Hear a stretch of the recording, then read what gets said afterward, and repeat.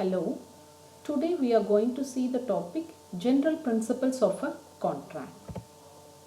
First, we are going to see the definition of contract. According to Section 2, subsection H of Indian Contract Act 1872 states an agreement enforceable by law is a contract. That means a contract is a combination of the two elements. First one, there must be an agreement. Second one, enforceability of an agreement. Moving for the next definition of agreement, under section 2 subsection E of the Indian Contract Act, every promise and every set of promises forming the consideration for each other is an agreement. It is clear that promise is an agreement, where this agreement consists of offer plus acceptance. Moving to the next definition, promise. Under section 2 subsection B of Indian Contract Act, a proposal when accepted becomes a promise. That means if an agreement comes into existence when one party makes a proposal or offer to the other party and that other party signifies his assent thereto, then it will be called as a promise. Moving to the next topic, essential elements of a valid contract. Under section 10 of Indian Contract Act 1872 provides that all agreements or contracts, if they are made by the free consent of parties competent to contract for a lawful consideration and with a lawful object, are not expressly declared to be void. That means that every contract is an agreement, but every agreement is not essentially a contract. Now we are going to see in detail what are the elements required for constituting a valid contract. First point, two or more parties. For each and every valid contract, there must be at least two or more persons to form a contract. The person who makes the proposal is called the promisor, and the person to whom the proposal is made is called the promisee. The second point, proposal and acceptance. There must be lawful proposal by one party and lawful acceptance of that proposal by other party for constituting a valid agreement, where the terms and conditions of proposal and acceptance must be definite. The acceptance of the proposal must be absolute and unconditional, and it should be properly communicated to the proposee. The third point explains about intention to create legal relationship.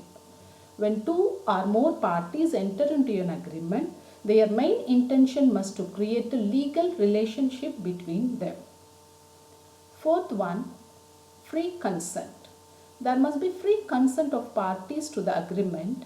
A consent is said to be free only when it is not caused by the coercion. Coercion means forcing the other party to enter into the contract. Next is undue influence, which by using their power or authority by entering into a contract. The third one is a fraud, and fourth one misrepresentation, or the next is mistake. Coming for the fifth point, competent parties.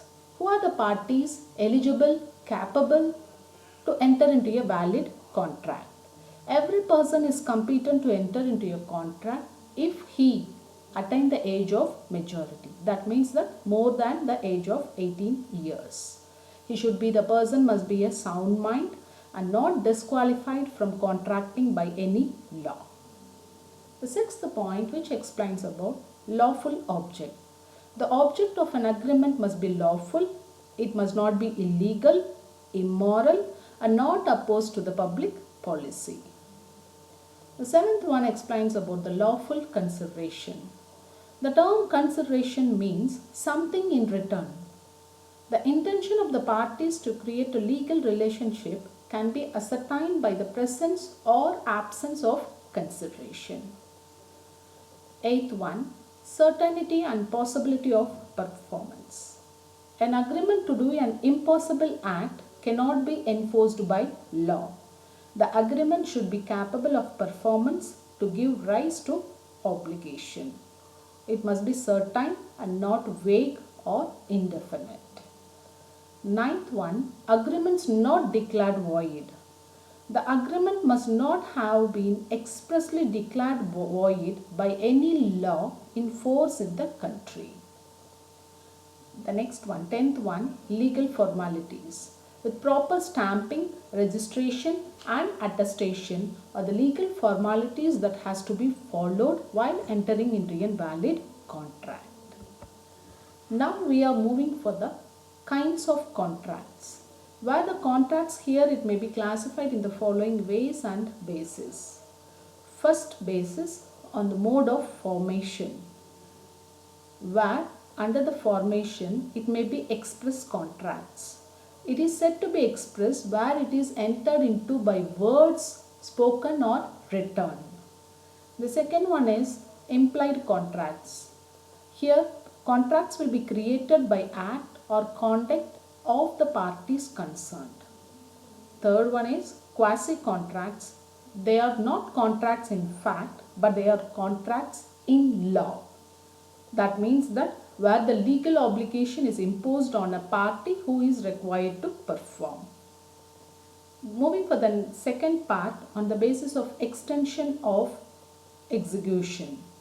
Executed contracts, where both the parties to the contract have fulfilled their respective obligations. Next one, executory contracts.